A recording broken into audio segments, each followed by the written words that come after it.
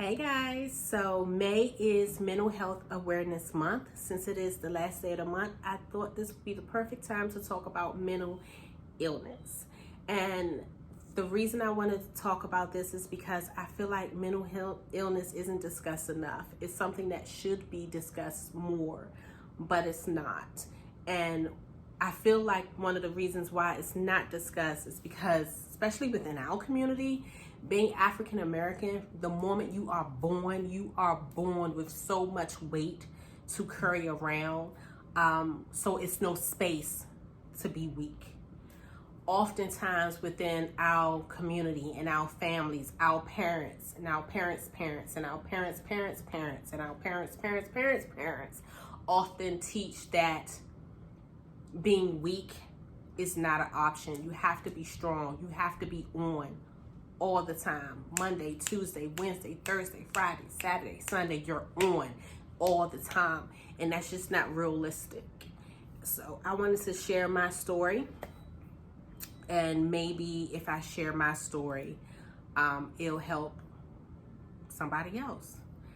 So I'm Regina, and I suffer from depression and PTSD, post-traumatic stress disorder. I believe that's what it's called. Well, I think that's what my psychiatrist stated.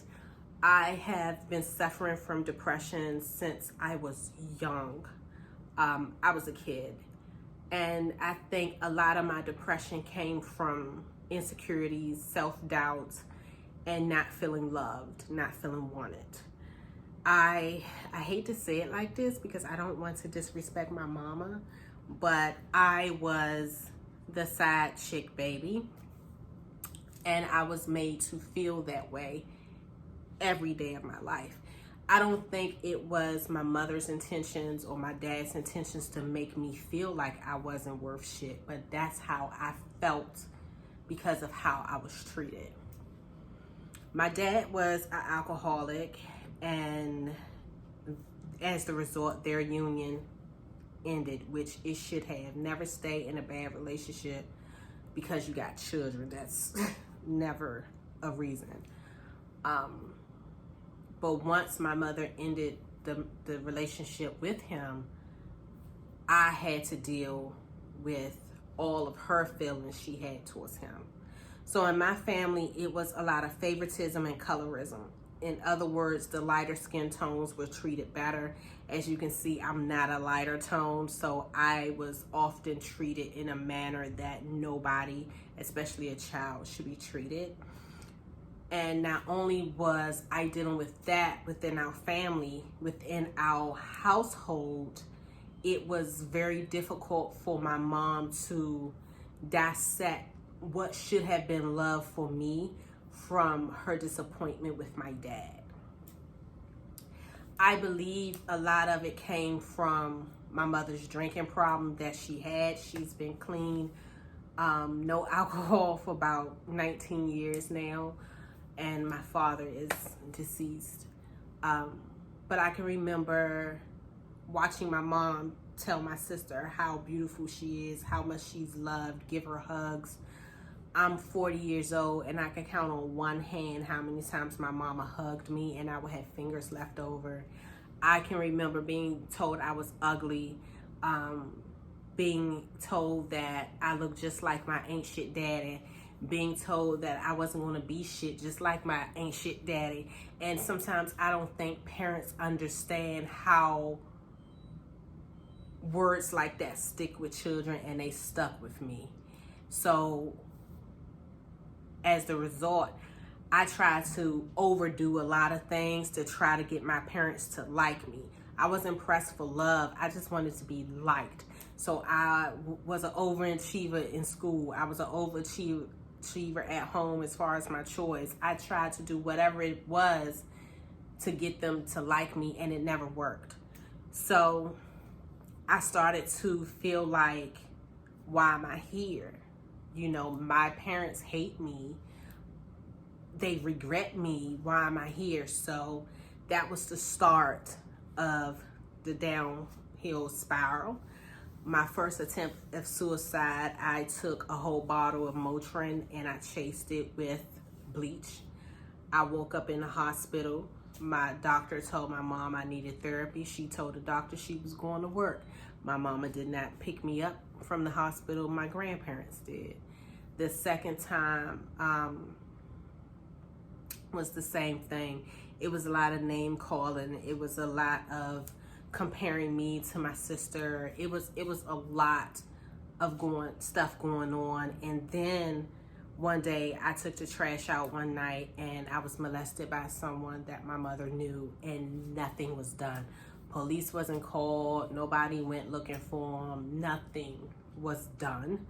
And I was told it was my fault. You know, if I wasn't built like a grown ass woman, then they wouldn't have looked at me like a grown ass woman. And that stayed with me, because it's like, damn, I knew you didn't like me, but you really okay with me being hurt. And so as the result of that, my second attempt was I rammed a screwdriver, you can see it a little bit right there, in my wrist, trying to puncture my veins.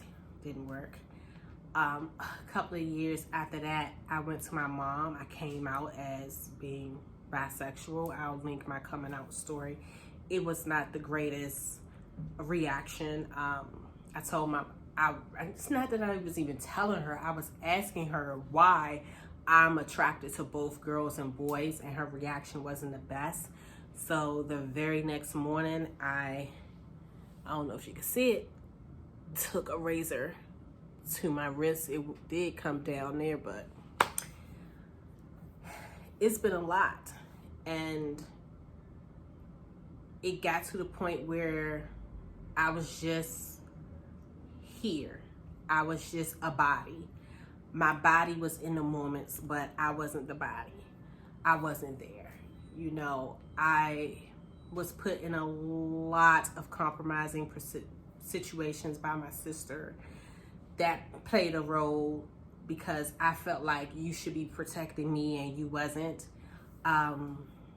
It was just a lot. And then at 18, I found out I was pregnant, and I couldn't believe it. I gave birth at 19, and at that moment, I felt like, okay, I'm grown now. I have my own health insurance. I owe it to my daughter to get help, because I'm continuing to be in this space where this is not right. And when this isn't right, this isn't right. And I could not give my daughter all of me because I wasn't whole. So I put myself through counseling. I went through a total of 6 counselors and psychiatrists in my 20s. This is just my personal opinion from my personal experience. I think Black people should go to Black therapists. That's just my personal opinion, because sometimes therapists of other colors, from my experience, they can't relate. And when they can't relate, they don't give you the best advice. They don't give you the best medical care. And so I went through that. Most of them just tried to throw pills down my throat, and the pills that they were giving me wasn't helping. It just made me feel dependent. It made me feel addicted. It made me feel higher than gas prices. That was it. It did not take anything up here away. It just didn't work, and I took myself off, and I was fine. And I got to my late 30s, and I started to feel feelings that I never felt before. I started to ask myself, why am I tolerating so much stuff from other people? Why am I allowing people to treat me in a manner that they wouldn't allow me or anybody else to treat them? Why am I jumping when my family says how high, when they don't even answer a call from me or text me or even call me unless they need something? And I just got to this point where I was starting to feel like, okay, I'm not enough, which isn't the truth, because I know now that I am enough. I am worth it. I am worthy. No matter who you believe in, Lord, Jesus, Muhammad, Jehovah, whomever you believe in, they put you here for a reason. So you are worth it. You are worth being in the space that you are in. And I reached out to my primary care doctor and told her how I was feeling, and it was a few weeks after I got the alert saying I'm past due for my depression screening. And the therapist she has me with is fantastic. This is probably the best therapist I ever been to. None of my previous therapists diagnosed me with anything. They just, here's some pills, here's a prescription, and sent me on my way. This lady actually diagnosed me with the depression that I was diagnosed with when I was like 8. So she re-diagnosed me for that, and she also diagnosed me for PTSD, and she gave me 2 prescriptions. I still see her. Talking to somebody outside of your normal helps. I recommend a professional. She put me on 2 pills. The first one, I think I'm pronouncing this right. I'm not. We ain't even gonna say I think. Hydroxychloroquine or something like that. I don't. It got like 12 letters in it. I don't know. But this little pill, it helped me during the day. I was supposed to take a half tablet in the morning and 1 whole tablet at night. Let me show you the little pill. That's the little pill. It worked somewhat, but it gave me the most horrible night terrors that I ever had in my life. And so she took me off of that, and she increased my prescription for bupropion. I take 2 tablets of this every morning, and this helps so much. It helps me function. It gives me a clear head. It allows me to be the Regina that I know I am. It allows me to be so calm that I have the opportunity and I have the space to entertain other things that can help support my depression, so I won't have to be on pills long term, such as yoga. You know, I can't wait to start hiking and running as soon as I have my medical clearance for my surgery. So it's been a long road, but I feel like I can see the light at the end of the tunnel now.